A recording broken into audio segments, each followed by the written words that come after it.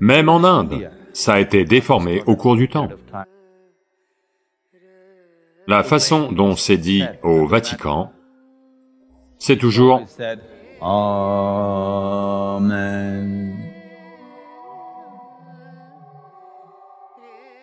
Des centaines de personnes se sont complètement sorties de leur besoin de médicaments rien qu'en prononçant Aum. Si vous avez des problèmes de peur excessive, prononcer Aum pendant quelques minutes par jour fera une énorme différence.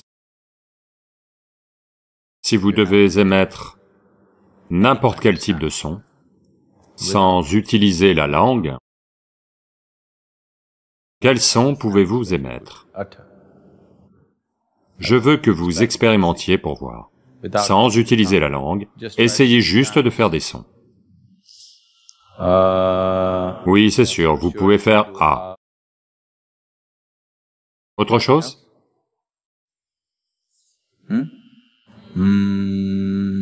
Oui, possible. Quelqu'un qui ne peut pas parler, une personne muette, qui ne peut pas parler, quels sont les sons qu'elle fait? Parce que pour ces trois sons, vous n'avez pas besoin d'utiliser votre langue. Voyez, si vous retirez votre langue, vous pouvez faire seulement trois sons. Vous utilisez la langue, placez la langue dans différentes positions dans votre palais pour mélanger ces trois sons et produire tous les autres sons que vous produisez. Si vous savez quelque chose sur la télévision en couleur, vous sauriez qu'il n'y a que trois couleurs de base. En utilisant ces trois couleurs, vous voyez toutes les autres couleurs possibles à l'écran. De même, il n'y a que trois sons de base. En utilisant ces trois sons, vous êtes capable de produire tous ces autres sons. La langue vous aide juste à mélanger ces trois sons, de nombreuses façons complexes. Maintenant, ces trois sons sont appelés les sons de base ou les sons universels. Parce que ces trois sons sont la base de tous les autres sons que vous pouvez prononcer.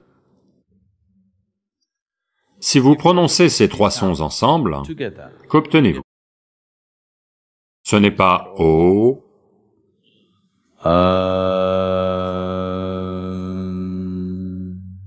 Si vous ouvrez la bouche et expulsez l'air, ça devient A. En la fermant à mi-chemin, ça devient O. Quand vous la fermez, ça devient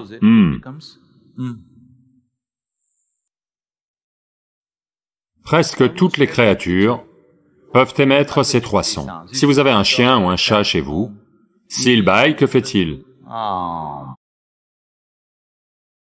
S'il ouvre la bouche, il fait A. À mi-chemin, il fait OU. En la fermant, Donc, ce sont les trois sons de base, qui sont la base même de tous les autres sons que vous pouvez émettre. Pourquoi sont-ils appelés les sons universels?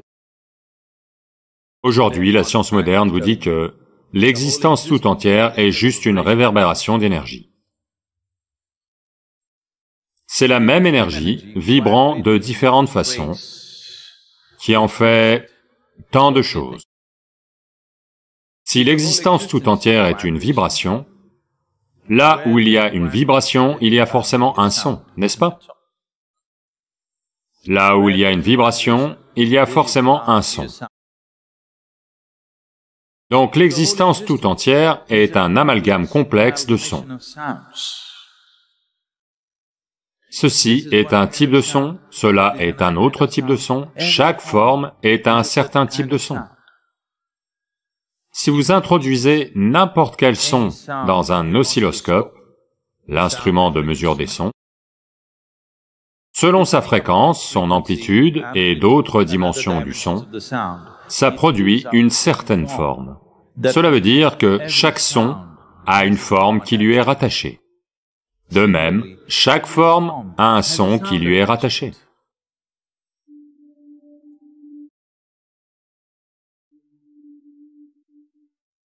Donc cette relation entre le son et la forme s'appelle la science des mantras. Maintenant, la science moderne vous prouve que toute l'existence n'est qu'une vibration. Là où il y a une vibration, il y a forcément un son. Donc toute l'existence est son. Et le son racine de tout cet amalgame complexe de sons est le son A, OU et ou AUM. Donc AUM est considéré comme le son universel ou le son de base de la création.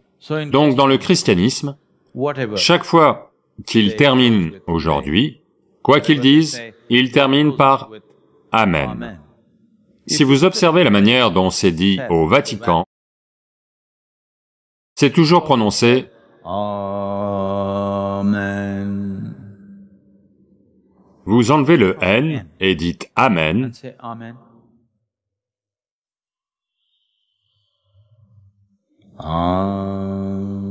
Oh. Si vous voulez comprendre ça, vous pouvez remarquer une inflexion similaire en tamil.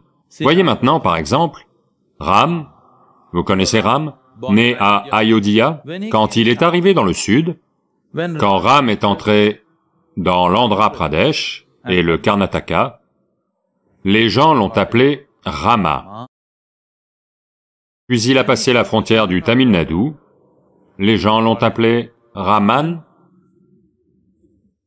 Si Krishna arrive au Tamil Nadu, que faites-vous? Krishnan. Si Arjun arrive au Tamil Nadu, que faites-vous? Arjunan. Si Bhim arrive au Tamil Nadu, que faites-vous? Bhiman. Quiconque passe la frontière du Tamil Nadu, il est anifié. Cette inflexion du an en tamil est bien plus forte qu'en araméen. Amen. Vous enlevez le N, c'est juste Am. Aujourd'hui, ce Amen est arrivé aux États-Unis d'Amérique et est devenu Amen.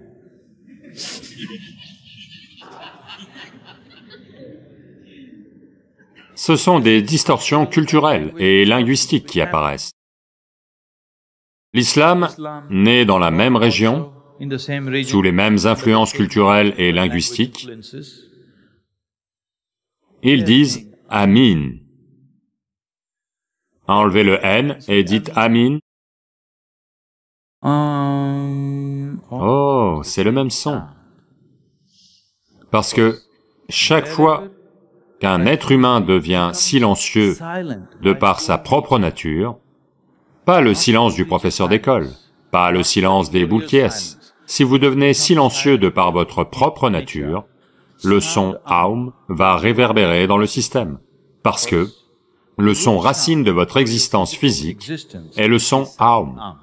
Quand Aum réverbère, ça commence juste au-dessous du nombril et se termine au bout du nez. Cette réverbération va juste avoir lieu d'elle-même. Donc chaque fois qu'un être humain s'est vraiment assis en silence,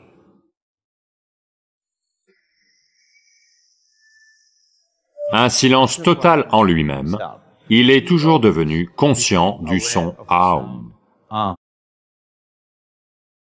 Quand il le transmet, il est déformé au cours du temps, selon les influences culturelles et linguistiques. Même en Inde, Aum est devenu Om. Ce n'est pas Om. Vous ouvrez la bouche et dites A. Fermez doucement la bouche, ça devient OU. Vous la fermez, ça devient Le son Aum a d'innombrables bienfaits. Même aujourd'hui, si quelqu'un arrive ici avec n'importe quel trouble psychologique, la première prescription, c'est toujours Aum. Vous faites ça pendant quelques semaines, vous vous stabilisez et ensuite on rentre dans d'autres aspects. Je peux vous montrer des centaines de personnes pour qui, médicalement, on pensait qu'ils devraient prendre des médicaments psychotropes pour le restant de leur vie, qui se sont complètement sortis de leurs besoins de médicaments, simplement en prononçant Aum. Si vous avez des problèmes de peur excessive, rêves agités, mauvais rêves, cauchemars, un mental instable, un corps instable, si votre constitution générale est faible, vous avez tendance à tomber malade trop souvent. En particulier les enfants, s'ils ont des troubles de l'attention,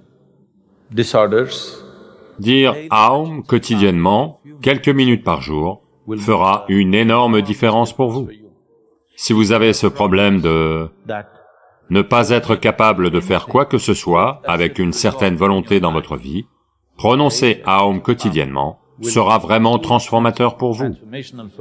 En quelques semaines, vous pouvez remarquer une différence phénoménale dans votre façon de fonctionner, parce que ceci est le son de base de votre existence physique.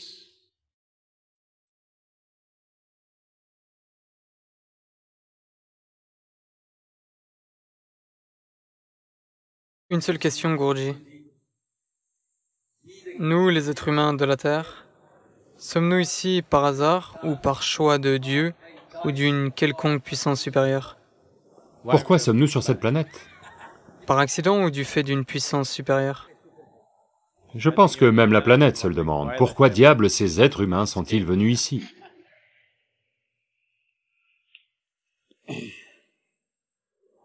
Voyez,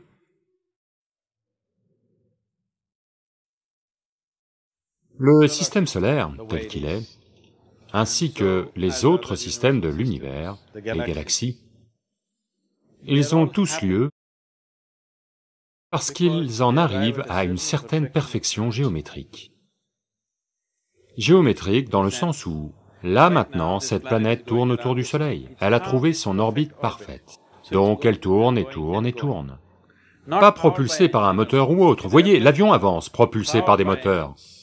Il est poussé. Elle n'est pas poussée. Elle a simplement trouvé une certaine perfection géométrique et elle continue. Le jour où elle perd sa perfection géométrique, si elle perd sa trajectoire orbitale, c'est fini. Donc, dans ce processus, la vie a lieu sur cette planète, en impliquant également cette géométrie, à divers niveaux. On dit, dans la culture yogique, on dit qu'un être humain, physiologiquement et en termes de cerveau, a atteint son apogée, physiologiquement. C'est-à-dire que dans 1 million d'années, il n'y a pas une corne qui va vous sortir de la tête ou autre. De même que la queue a disparu, autre chose va disparaître. Cela ne peut pas arriver. On dit cela dans un certain contexte. Aujourd'hui, les neuroscientifiques modernes disent des choses similaires. Ils disent que la taille du neurone dans le cerveau humain ne peut pas augmenter, et que le câblage intérieur ne peut pas se développer non plus, parce que les lois physiques ne le permettent pas. Les lois de la physique ne le permettent pas. Je ne vais pas entrer dans les détails de la chose. Pour le dire très simplement, la façon dont on voit ça, c'est que votre naissance ici, là maintenant, toute vie sur cette planète est alimentée par le soleil, n'est-ce pas? Oui? C'est l'énergie solaire qui fait tout ça. Et de plus, les révolutions et les rotations de la Lune ont aussi une influence sur nous. L'océan lui-même monte et descend avec le mouvement de la Lune. Ce n'est que parce que les corps de nos mères étaient en phase avec le cycle de la Lune que nous sommes nés et que nous sommes ici. Oui. Si ce cycle de 28 jours de la Lune ne se répète pas dans le corps d'une femme, vous et moi ne serions pas nés. Donc, comme ça en est arrivé là, on dit que les lois physiques en sont arrivées à un certain point où la vie sur cette planète ne peut plus évoluer davantage. Vous pouvez faire usage de ce que vous avez bien mieux. En utilisant la même technologie, on a eu un bête téléphone, puis on a eu un smartphone, et maintenant un iPhone, et ainsi de suite, on peut continuer à l'améliorer, la façon dont on l'utilise. Mais les lois physiques fondamentales ne vont pas permettre une quelconque évolution supplémentaire de cette créature. Donc, est-ce arrivé par accident? Non. La théorie de l'évolution. Vous connaissez Charles Darwin. Qui a fait de vous un singe? Pas moi, lui. Si vous regardez la théorie de l'évolution, qui a été proposée il y a juste 150 ans, nous avons dit ça il y a des milliers d'années, dans le sens où... Vous connaissez les 10 avataras? Vous en connaissez au moins 9, ceux qui sont venus. Quel est le premier? Matsya Avatara.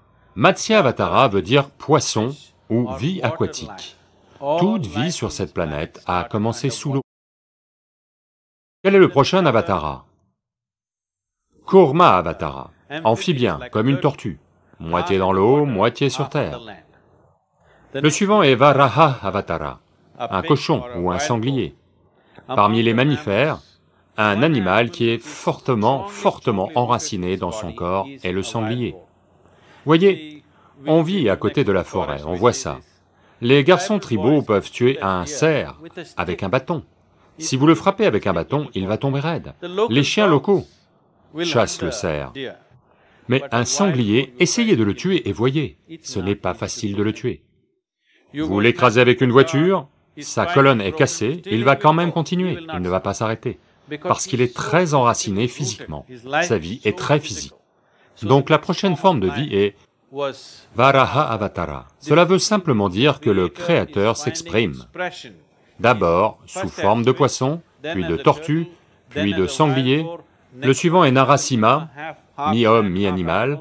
Le suivant est Vamana, un homme nain. Le suivant est un homme pleinement développé, mais émotionnellement volatile, Parasurama. Le suivant est un homme pacifique, qui est Rama. Le suivant est un homme aimant, qui est Krishna. Le suivant est un homme méditatif, qui est un Bouddha. Le suivant est censé être un être mystique, encore à venir. D'accord? Il y a une progression vraiment parallèle à la théorie de l'évolution de Darwin. Oui ou non? C'est dans le même ordre, exactement dans le même ordre. Darwin a proposé sa théorie il y a seulement 150 ans. Cela a été dit il y a 12 à 15 000 ans. Adi Yogi lui-même en a parlé. Donc, si vous observez la vie, vous pouvez clairement voir qu'à partir de l'inanimé, une vie basique s'est formée. À partir de ça, la vie a évolué. On l'a toujours vu de cette façon. On a toujours vu que la vie a évolué. Constamment, on a... Dans chaque temple où vous allez, il y a un serpent. Il y a divers symboles tout autour, parce que même aujourd'hui, dans votre cerveau, une partie de votre cerveau est un cerveau reptilien. Vous savez, la partie centrale de votre cerveau est encore un cerveau reptilien, et il fonctionne toujours. Et on a différentes pratiques de yoga pour voir comment transcender ce cerveau reptilien et permettre au cortex cérébral de fonctionner. Et aujourd'hui, on a des preuves scientifiques qui vous le montrent. L'Université de Californie a fait des études scientifiques sur Shambhavi Mahamudra, la pratique de base que l'on enseigne habituellement. Et ils disent que si vous pratiquez Shambhavi Mahamudra pendant 3 mois, la régénération neuronale augmente de 241%. Un pourcentage qui n'a jamais été constaté dans l'histoire d'aucune recherche. D'accord? Juste une pratique simple de 21 minutes. 241% d'augmentation de votre fonctionnement cérébral et de votre régénération neuronale. Ce qui veut dire qu'en vieillissant, vous allez devenir plus intelligent. Habituellement, les jeunes pensent que vous devenez stupide. Oui, votre cerveau se développe à vrai dire. Vous comprenez? Il s'améliore de jour en jour. Maintenant, il y a des preuves scientifiques, on l'a toujours su, mais aujourd'hui, une mesure doit le dire. Si un homme le dit, ce n'est pas vrai. Si un homme le dit, c'est douteux. C'est une mesure qui doit le dire. Maintenant, les mesures le disent. Les mesures disent que votre cerveau se développe effectivement en faisant une pratique simple de 21 minutes. Et ne croyez pas les mesures. Faites juste la pratique pendant 3 mois et voyez. Vous verrez à quel point votre mental est clair et intelligent tout à coup.